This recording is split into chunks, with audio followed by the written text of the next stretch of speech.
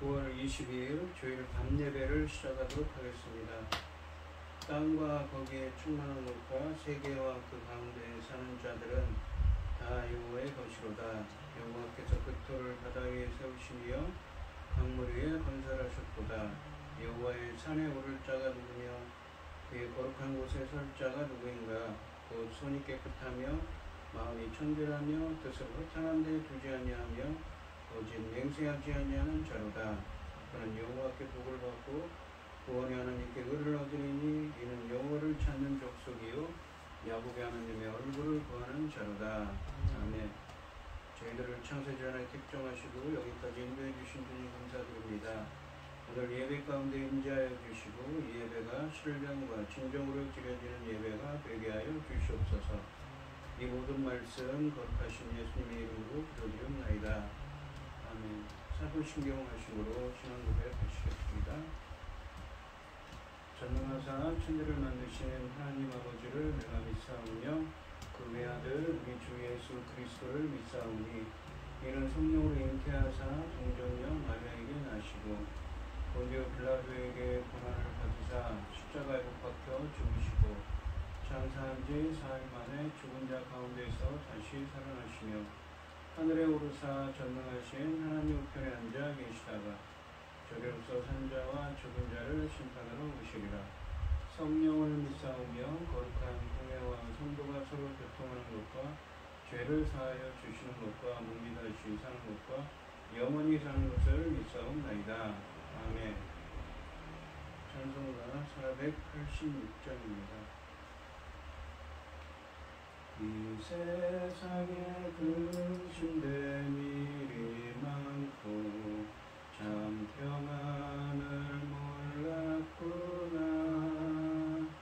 내 주 예수 나루라 부르시니 곧 평안히 쉬리로다. 주 예수의 구원의 은혜로다. 참 기쁘고 즐겁구나. 그 은혜를 영원히 누리겠네. 곧 평안히 쉬리로다. 이 세상에 곤고한 일이 많고 참 쉬는 날 없었구나. 내 주 예수 날 사랑하시오니 곧 평안히 쉬리로다. 주 예수의 구원의 은혜로다. 참 기쁘고 즐겁구나. 그 은혜를 영원히 누리겠네. 곧 평안히 쉬리로다. 이 세상에 죄악된 일이 많고 참 죽을 일 쌓였구나. 내 주 예수 날 건져 주시오니 곧 평안히 쉬리로다.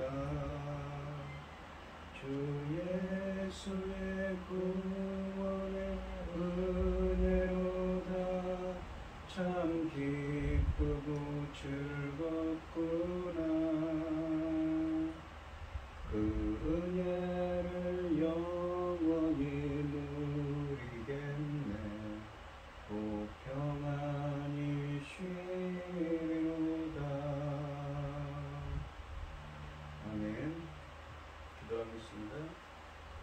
여기 있는 사람은 악인의 길을 따르지 아니하며 죄인의 길에 서지 아니하며 오만한 자들의 자리에 앉지 아니하고 오직 여호와의 율법을 즐거워하여 그의 율법을 주야로 묵상하느니라. 그는 시냇가에 심은 나무가 저를 따라 열매를 맺으며 그 잎사귀가 마르지 아니한다. 그가 하는 모든 일이 다 형통하리로다. 전진하는 것을 신청하시며 어리석고 고달프던 인생을 잘 세우시고 아버지의 사랑 가운데 살아계시는 천국의 상태입니다. 그것은 아버지 이 세상 일이 어찌 복잡합니까? 아버지 하나님, 아버지 하나님께서 아버지 어미한 눈을 뜨시고 어미한 손으로 아버지 하나님 나라를 지켜보시고 이끌고 가시는데 아버지 하나님 나라가 정말 이루 말할 수 없습니다. 어디서부터 어떻게 고쳐야 할지 이루 말이 아버지 계획이 서지 않는 상황이다. 아버지 하나님께서 지켜주시옵소서. 천금 같은 아버지 하나님의 귀한 사명 세상 나라 사명까지 주시는데 전쟁하신 아버지 하나님 불쌍히 여겨주시고 긍휼을 베풀어 주시옵소서. 저희 대한민국 아버지 하나님 전쟁으로부터 지켜주시고 온갖 재난으로부터 지켜주시옵소서. 전능하신 아버지 하나님 저희들은 어리석습니다. 힘이 없습니다. 아무 능력도 없지 않습니다. 아버지 하나님 불쌍히 여기시고 이 나라를 아버지 하나님 기뻐하신 대로 인도하여 주시옵소서. 아버지 하나님 중대한 열매 거둘 시대에 아버지 하나님 당시에 살아있는데 열매 거둘 말씀을 들고 당장에 세우셨습니다. 아버지 하나님 천금 같은 말씀으로 아버지 하나님 받으시고 기뻐 받으시고 열매들이 넉넉히 나올 수 있게 간절히 소원합니다. 이 모든 말씀 없는 죄악 가운데서 우리를 구원해 주신 예수 그리스도의 이름으로 기도드리옵나이다.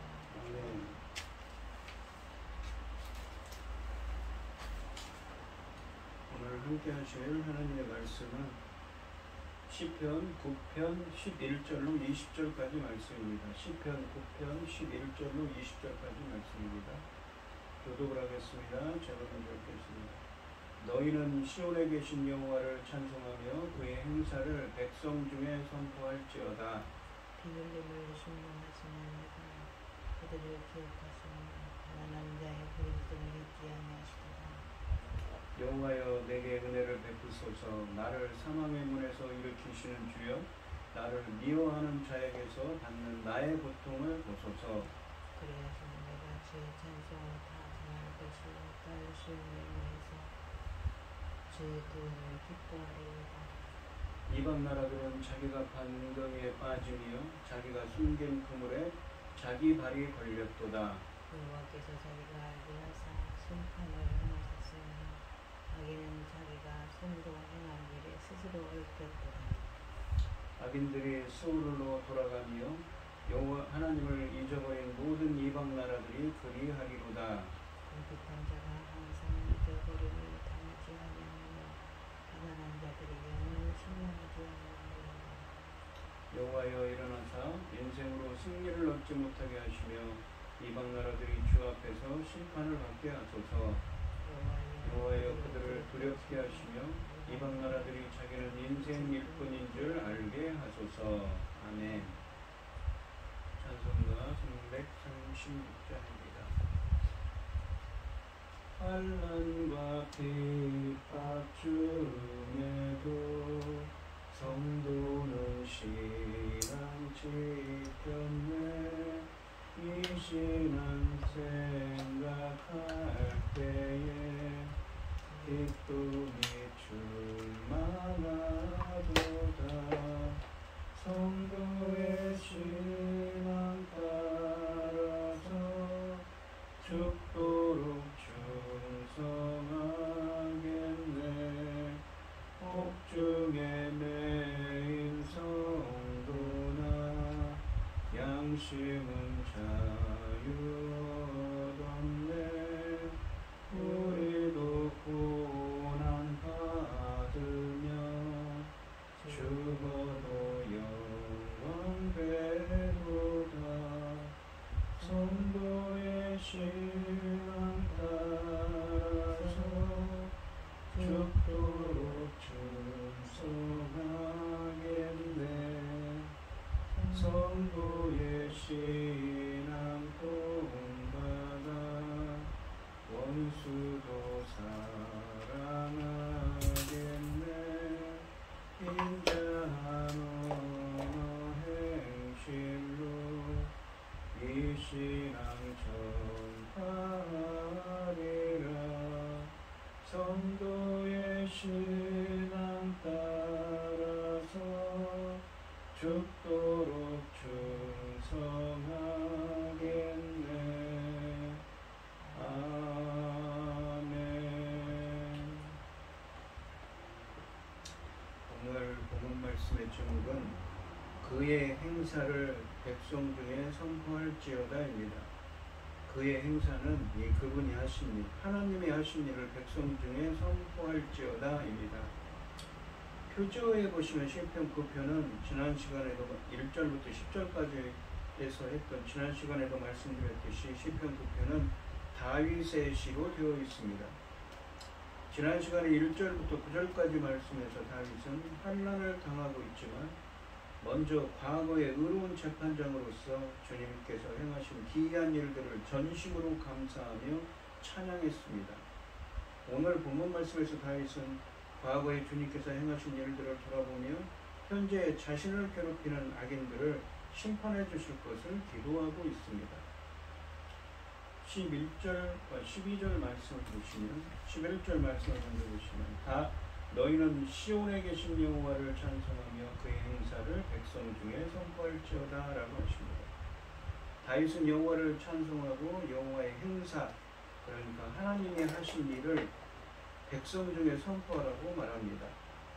1절과 지난 시간에 했던 1절과 2절 말씀처럼 찬송은 하나님께만 드리는 것이 아니라 사람들을 향해 여호와와 그분이 하신 일을 자랑하는 것임을 보여주고 있습니다. 본문에서 시온에 계신 여호와라는 표현은 시온을 당신의 지상 보좌로 삼으신 하나님을 가리키는 표현으로서 4절과 7절, 8절, 9절 말씀에서 고백한 의로운 재판관이자 왕이신 여호와에 대한 고백과 다름없는 표현입니다. 시온에 있는 성전의 지성소에는 법궤가 있고 법궤 위에는 그룹들이 떠받치는 형상으로 되어 있습니다. 무엇을 떠받치고 있습니까? 하나님의 보좌인 시온자를 떠받치고 있습니다. 즉 시온에 있는 성전의 지성소에 있는 법궤는 하나님의 임재를 상징하는 것이죠. 그렇기 때문에 시온은 하나님의 발등상, 그러니까 발을 딛는 발판이며 하늘 보좌의 지상적인 표현이자 하나님의 온 세상을 통치하시는 중심지가 되는 의미를 담고 있습니다. 11절 하반절에서는 1절 말씀에서처럼 하나님께서 행하신 일들을 백성들에게 선포하자고 하십니다.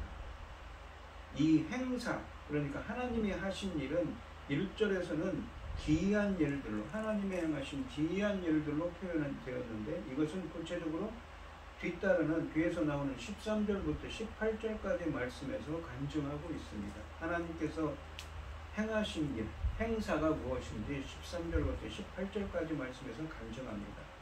11절 말씀이 여호와를 찬양으로 초대한다면 12절 말씀은 그 이유를 노래합니다. 12절 말씀을 보시면 피 흘림을 신문하시는 이가 그들을 기억하시며 가난한 자의 부르짖음을 잊지 아니하시도다. 이 12절 말씀은 히브리어 원문으로 왜냐하면을 의미하는 접속사로 시작하는데 한글 성경에는 빠져 있습니다. 그러니까 11절 말씀에서 찬양을 하죠. 하나님을 찬양하고 그의 행사, 그의 행하신 일을 백성 중에 선포하라고 하는 이유가 써 있습니다. 이유가 12절 말씀에 드러나 있는 것이지요. 12절 말씀 또한 13절부터 18절 말씀까지 해서 상세하게 설명한 이 하나님이 행하신 부분을 요약한 것이기도 합니다.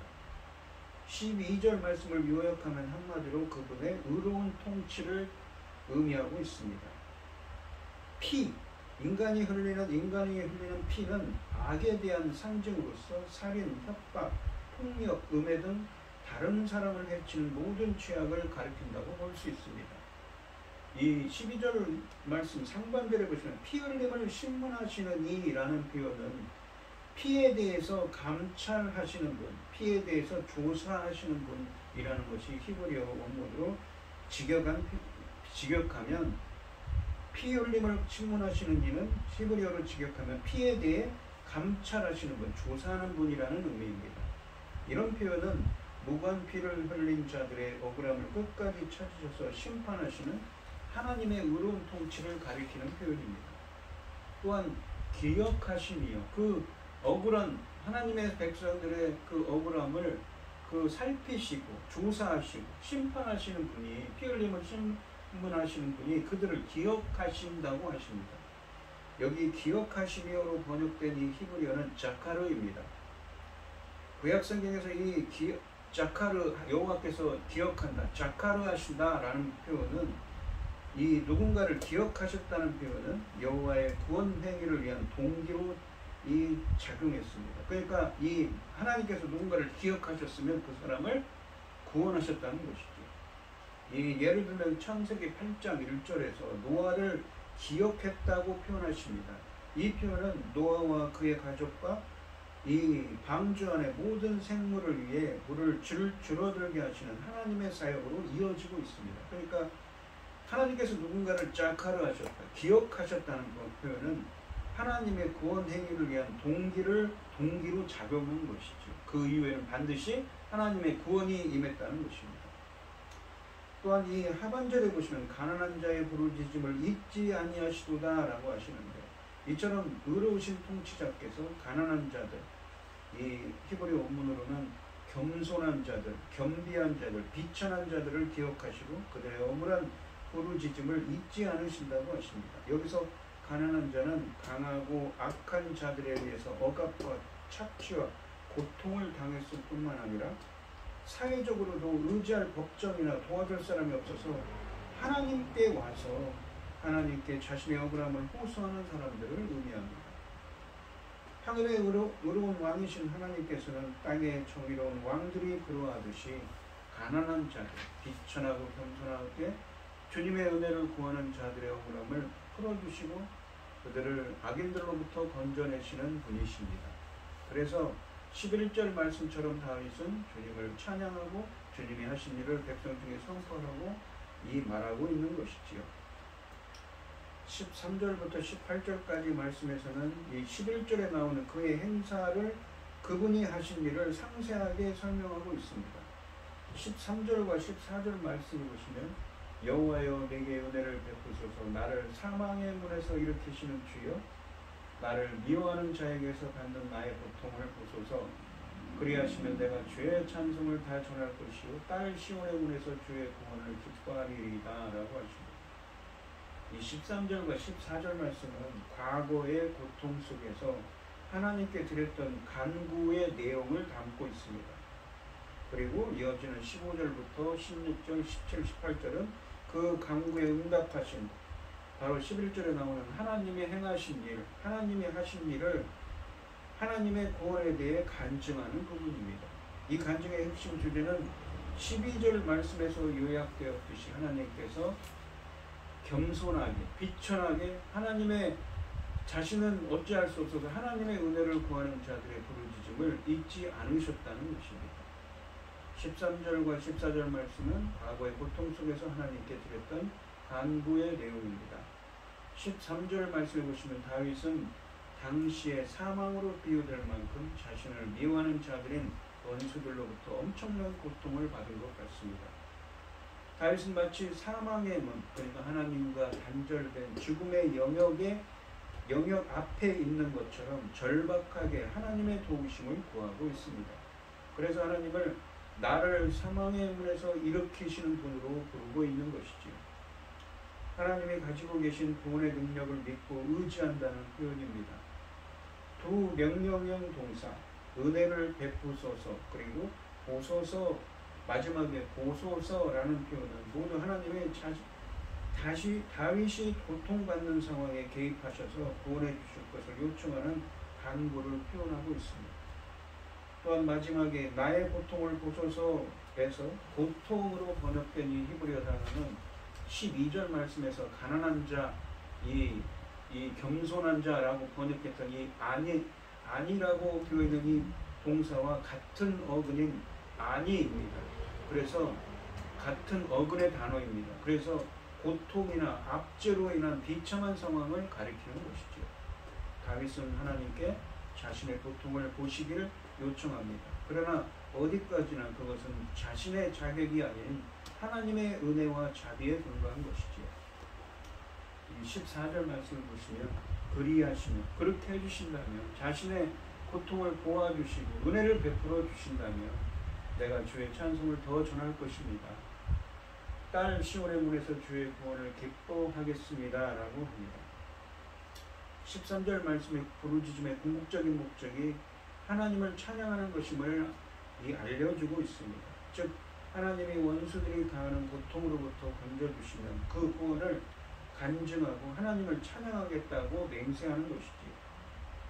주의 찬송을 더 전할 것이요 라는 표현은 1절 말씀에 하나님의 기이한 일들을 전하다나 11절 말씀에 모든 그의 행사를 선포하다 라는 표현과 유사하게 고통당하는 자들을 건져주신 하나님이 하신 일을 성도들 앞에서 간증하는 것을 의미합니다. 또한 딸 시온이란 표현은 예루살렘 성에 대한 의인화된 표현으로 여성 명사로서 성이 자주 딸이나 여성으로 비유된 관습을 반영하고 있습니다. 그래서 성경에서는 여러 차례 이 처녀딸 시온이라는 표현으로도 쓰여집니다. 혹은 시온의 딸로 번역이 되어 이 하나님의 백성을 가리키기도 합니다. 또한 딸 시온의 문이란 표현은 이 13절 말씀의 사망의 문과 대조를 이룹니다. 다윗은 사망의 문에서 구원받아 하나님의 성인 시온의 문에서 구원을 기뻐할 것을 내다보고 있는 것이지요. 시온은 하나님께서 임재하시는 안전한 생명의 성이며 하나님께 언제든지 나아갈 수 있는 구원의 성을 의미합니다. 만약 시온의 문을 문자적으로 본다면 그냥 문자적으로 본다면 예루살렘 문이지요. 다윗은 지금 블레셋을 비롯한 많은 대적들과의 전쟁에서 승리하고 시온의 문으로 개선했던 과거를 회상하고 있을 수도 있습니다. 15절에 나오는 이 이방 나라들이라는 단어는 이런 견해를 뒷받침해 준다고도 볼 수가 있는 것이지요. 15절, 13절과 14절 말씀은 과거의 고통 속에서 하나님께 드렸던 간구의 내용이라면 15절부터 18절 말씀은 그 간구에 응답하신 하나님의 구원에 대해 간증하는 부분이라고 했습니다. 15절과 16절 말씀은 당시의 사냥과 관련된 용어들을 사용해서 악한 나라들이 다윗과 이스라엘을 공격하려고 했던 음모에 자신들이 도리어 걸려들었다고 간증하고 있습니다. 15절 말씀 보시면 이방 나라들, 그러니까 본문에 나오는 자신을 괴롭히던 자신을 이 시편에 나오는 다윗을 압제하고 괴롭히는 이 악인들이죠. 자신의 대적들은 자기가 판 웅덩이에 빠짐이에요. 웅덩이를 함정을 자기가 파는 그곳에 빠져버려요. 자기가 숨긴 그물에 자기를 잡으려고 이 설치한 그물에 자기 발이 걸렸도다라고 하십니다. 악인들이 파놓은 함정에 스스로 빠지게 하시고 그들이 쳐놓은 그물에 자기 발이 걸려들게 하셨다고 합니다. 누가 하셨습니까? 하나님이 하셨다는 것이죠. 웅덩이는 함정을 의미하고 그물은 의인법으로 의인화해서 원수들의 음모를 의미합니다. 이것은 악한 자들이 다윗을 함정에 빠뜨리기 위해 준비한 것이지요. 16절 말씀을 보시면 여호와께서 자기를 알게 하사 심판을 행하셨으니 이렇게 15절에 보시면 자기 꾀에 자기가 넘어간 그 악인들이 설치한 그 함정이 자기 꾀에 자기가 넘어가게 하신 것은 하나님이 하셨는데 이것이 모두 하나님의 심판이며 하나님이 어떠한 분이신 것을 알게 하려고 했다는 것이죠. 악인은 자기가 손으로 행한 일에 스스로 얽혔도다. 마치 자기 스스로에게 돌아갔다는 것입니다. 흥미로운 것은 하나님이 불신자들에게 하나님의 심판을 통해서 자신을 알게 하신다는 것입니다. 여호와께서 자기를 알게 하사 심판을 행하셨다는 표현은 심판을 통해 하나님께서 자신을 계시하셨다는 뜻입니다. 이러한 표현은 출애굽 때 이집트 사람들은 주님의 심판을 받으면서 그를 알게 되었다는 표현과 상당히 유사한 말씀입니다. 16절 하반절에 악인은 스스로 얽혔도다 라는 표현은 15절에 있는 함정과 그물을 가리킵니다. 원수를 잡으려고 하다가 도리어 자기가 잡힌 꼴이 되었습니다. 이것은 16절 상반절에서 하나님께서 행하신 공정한 심판의 결과였습니다. 즉, 온 세상을 공의롭게 다스리시는 하나님이 사람들은 보지 못했던 악인들의 꾀에 그들 스스로 걸려들도록 심판하셨다는 것입니다. 이 17절 말씀을 보시면 악인들이 스올로 돌아간다. 스올은 지옥이죠. 돌아갔다는 표현을 씁니다. 내려갔다는, 보통 스올로 내려갔다고 해야 되는, 돌아갔다는 것은 뭐냐, 온 곳으로 돌아갔다는 것이죠. 그들의 원 소속이 지옥이라는 것입니다. 하나님을 잊어버린 모든 이방 나라들이 그리하리로다 라고 하십니다. 하나님의 공의로운 심판으로 13절에서 사망의 문 앞에 있었던 다윗이 아닌 악인들이 스올로 돌아갑니다. 악인들은 결국 스올, 죽음으로 돌아갈 수밖에 없습니다. 그런데 표현이 특이합니다. 일상적으로 사람이 죽으면 스올로 내려간다고 표현하는데 본문은 스올로 돌아간다고 표현합니다. 사람들은 원래 생명을 누리도록 창조되었는데 악인들은 죽음을 선호하므로 그들의 결국은 죽음이기 때문에 그들은 죽음에서 온 사람들이라는 이러한 시적인 표현인 것이지요. 하나님은 죽음에서 온 악인들을 그들이 있어야 할 자리, 죽음으로 돌아가게 하십니다. 하반절에 보시면 그들이 악인인 이유는 하나님을 잊어버린 자들, 즉 하나님을 무시하고 그분의 통치를 개의치 않는 자들이기 때문입니다. 스올은 죽음의 영역이나 무덤을 가리키는 표현으로 악인들의 완전한 파멸을 의미합니다. 하나님은 악인들을 벌하여 스올로 내려보내는 일을 통해 가난한 자들과 궁핍한 사람들에게, 겸손하고 겸비한 사람들에게 정의를 행하십니다. 18절 말씀, 그러니까 지금 하는 일은 과거에 그렇게 행하신 일이라는 거죠. 그의 행사. 11절에 나오는 그의 행사, 하나님의 행하신 일이라는 거죠. 이러한 일을 행하셨다는 것이죠. 그러니까 다윗은 이미 그러한 과거에 이러한 은혜를 입었다고 고백하는 것입니다. 궁핍한 자가 항상 잊어버림을 당하지 아니하며 18절 말씀입니다. 가난한 자들이, 여기 보시면 궁핍한 자는 이 히브리어 사전에 보면 가난한 자들입니다. 항상 잊어버림을 당하지 아니하며, 누가 잊어버리지 않는다는 것은 이 기억한다는 거죠. 기억한다는 것은 무엇입니까? 하나님의 구원 행위에 동기로 작용한다고 그랬죠. 반드시 하나님의 구원이 뒤따른다는 것입니다. 가난한 자들이, 여기서는 무엇입니까? 아니라고 해서 겸손한 자들이죠. 겸손한 자들이 히브리 원문으로는 그렇습니다. 겸손한 자들이 영원히 실망하지 아니하리로다 라고 하십니다. 19절과 이 20절 말씀은 18절 말씀을 보시면 17절의 악인들이나 하나님을 잊어버린 이방 나라들의 멸망과 배조되는 의인들의 구원을 노래하고 있습니다.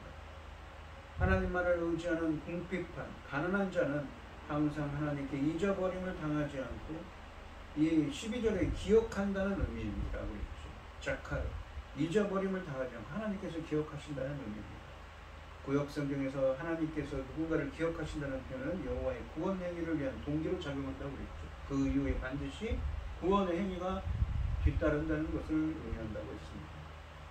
또한 가난한 자들, 비천하고 겸손한 자들은 영원히 실망하지 아니할 것이라고 하십니다. 실망하지 아니할 것이다 라는 표현은 히브리어 언어로 소망을 잃지 않을 것이라는 것입니다. 그들에게 구원의 소망을 주실 거라는 것이죠.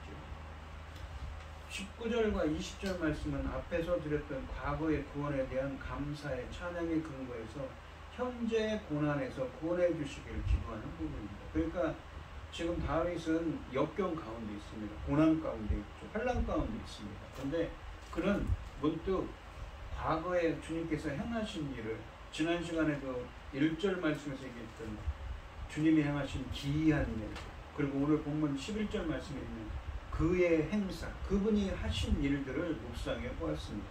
18절까지 말씀이 그러한 것을 간증하는 부분이라고 했죠. 그리고 그것에 근거해서 지금 다윗이 당하고 있는 고난에서 구원해 주시길 기도하고 있다는 것이죠. 이 기도는 시편 말씀에서 계속된다고 볼 수가 있습니다. 19절 말씀을 보시면 궁핍한 심판 여호와여 일어나셔서 주님께서 일어나신다는 것은 구원하시기 위해서 일어나셔서 인생으로 사람들이 승리를 얻지 못하게 하신 인생이라는 건 사람들을 의미하는 말입니다. 에노시 흙으로 돌아갈 인간들이죠. 이방 나라들이 주 앞에서 심판을 받게 하소서라고 하십니다. 다윗은 여호와께 대적들을 물리치기 위하여 즉각적으로 일어나 주시고 즉각적으로 행동을 취해 주시길 기도하고 있습니다. 하반절에 보시면 그들이 하나님 나라에 대해 승리할 수 없도록 심판해 달라고 기도합니다. 20절 말씀 보시면 여호와여 그들을 두렵게 하시고 그들은 누구입니까? 이방 나라들, 다윗의 대적들이죠. 이방 나라들이 자기는 인생일 뿐인 줄 알게 하소서. 자기는 대적하지만 그들을 두렵게 하시고 그들을 자신이 그냥 단지 하나님이 창조한 피조물에 불과하다는 것은 흙으로 돌아갈 수밖에 없는 존재인 것을 깨닫게 해달라고 기도합니다. 인생들, 그러니까 본문에서는 이 인생들이 악인들이지 두렵게 해주시기를 간청합니다. 그래서 그들로 하여금 단지 자신들은 온 세상을 다스리시는 하나님 앞에서 한낱 흙으로 돌아갈 인생뿐임을 깨닫게 해달라고 요청하고 있습니다. 창조주의 왕이신 하나님의 공의로운 심판을 경험하지 못하면 이방 나라들, 악인들은 자신들이 제일 힘센 자들이며 자신들 마음대로 하나님 나라 이스라엘을 무너뜨릴 수 있다고, 하나님의 백성들을 무너뜨릴 수 있다고 생각할 것이기 때문입니다. 여기서 인생으로 번역된 히브리어 에노시라는 표현이 19절과 20절 말씀에서 계속 나옵니다. 이방 나라들은 겉으로 보기에는 매우 강력한 힘을 가지고 있는 것 같지만 하나님 앞에서는 연약하고 아무런 힘도 없는 인생들, 흙으로 왔다가 흙으로 돌아갈 뿐임은 인생일 뿐임을 보여줍니다. 그들이 그런 인생임을 보여주는 가장 결정적인 증거는 여호와의 심판과 그로 인해 그들에게 임하는 두려움입니다. 다윗은 이방 나라들이 무서운 하나님의 심판을 당할 때에야 비로소 자신들의 인생됨, 즉 자신들의 죽음과 연약함과 한계와 무능감을 자각하게 되어서 다시는 하나님이나 그의 의로운 백성들과 싸울 엄두를 못 낼 것을 기도하고 있는 것이죠. 그렇게 해달라고 주님께 간구하고 있는 것입니다. 오늘 본문 말씀을 보시면 다윗은 11절 말씀에서 그의 행사, 하나님이 하신 일을 찬양하고 선포하라고 말했습니다. 악인들의 괴롭힘에 부르짖는 겸손하고 비천한 자들의 외침을 잊지 않으시고 기억하시고 사망의 문에서 일으켜주시며 악인들은 도리어 자기가 판 함정에 빠져 스스로 돌아갔음을 고백합니다. 주님께서 이렇게 행하셨음을 회고하는 것이지요. 가난하고 겸비한 자들을 기억하시고 그들이 영원한 소망을 잃지 하셨다고 다윗은 찬양하고 있었습니다. 그러면서 19절과 20절 말씀은 11절부터 18절까지 말씀에서 드렸던 과거의 구원에 대한 감사와 찬양의 근거에서 현재의 고난에서, 현재 자신이 겪고 있는 환난에서 구원해 주시기를 기도하고 있는 것입니다. 지금 시인이 경험하는 세상은 전혀 의롭지 않습니다.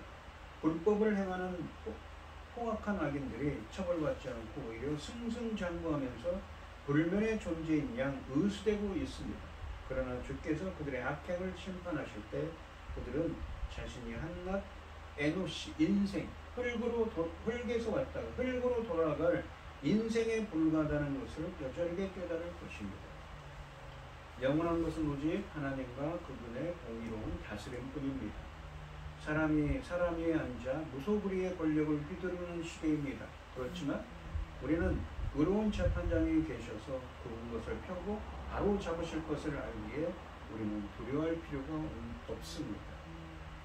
오늘 이 시간 성도님들도 세상의 악과 불의로 고통받는 이들을 위해 하나님의 정의가 속히 이루어주시길 기도하고 공정한 재판장이신 주님 앞에서 늘 정직히 행하는 사람이 되시기를 주님의 이름으로 축원드리겠습니다. 기도하겠습니다. 하나님 아버지 감사합니다. 공중 권세 잡은 자 안에 있다고 하셨죠. 이 세상은 악이, 악과 불의가 들불처럼 일어나 의인들을, 힘없는 사람들을 압제하며 고통을 강하는 그들에게 고통, 희생을 강요하는 시대입니다. 과거에도 그랬고 지금도 마찬가지입니다. 비록 그렇다 할지라도 오늘 본문에 있는 말씀처럼 고통받는 의인들에게 하나님의 정의가 속히 이루어지도록 주님께서 역사해 주시옵시며 또한 저희들이 공정한 재판장이신 주님 앞에서 늘 정직하게 행하는 사람들이 될 수 있도록 주님을 인도하시고 함께하여 주시옵소서. 이 모든 말씀 거룩하신 예수의 이름으로 기도드리옵나이다. 아멘. 찬송가 338장을 하시고 축도하시고 오늘 예배를 마치겠습니다. 내 주를 가까이 하게 함은 십자가 짐 같은 고생이라 내 일생 소원은 늘 찬송하면서 주께 더 나아가기 원합니다. 내 고생하는 것 옛 야곱이 돌베개 되고자 왔습니다. 꿈에도 소원이 늘 찬송하면서 주께도 나가기 원합니다. 천성이 가는 길 험하여도 생명길 되나니 은혜로다. 천상을 부르니 늘 찬송하면서 주께로 나가기 원합니다. 야곱이 잠깨어 일어나고 돌담을 쌓은 것 본받아서 숨질 때 되도록 늘 찬송하면서 주께도 나가기 원합니다. 아멘. 이제는 주 예수 그리스도의 은혜와 아버지 하나님의 극진하신 사랑과 성령의 교통하심이 성도들 머리머리 위에 이제로부터 영원히 함께 있을지어다. 아멘.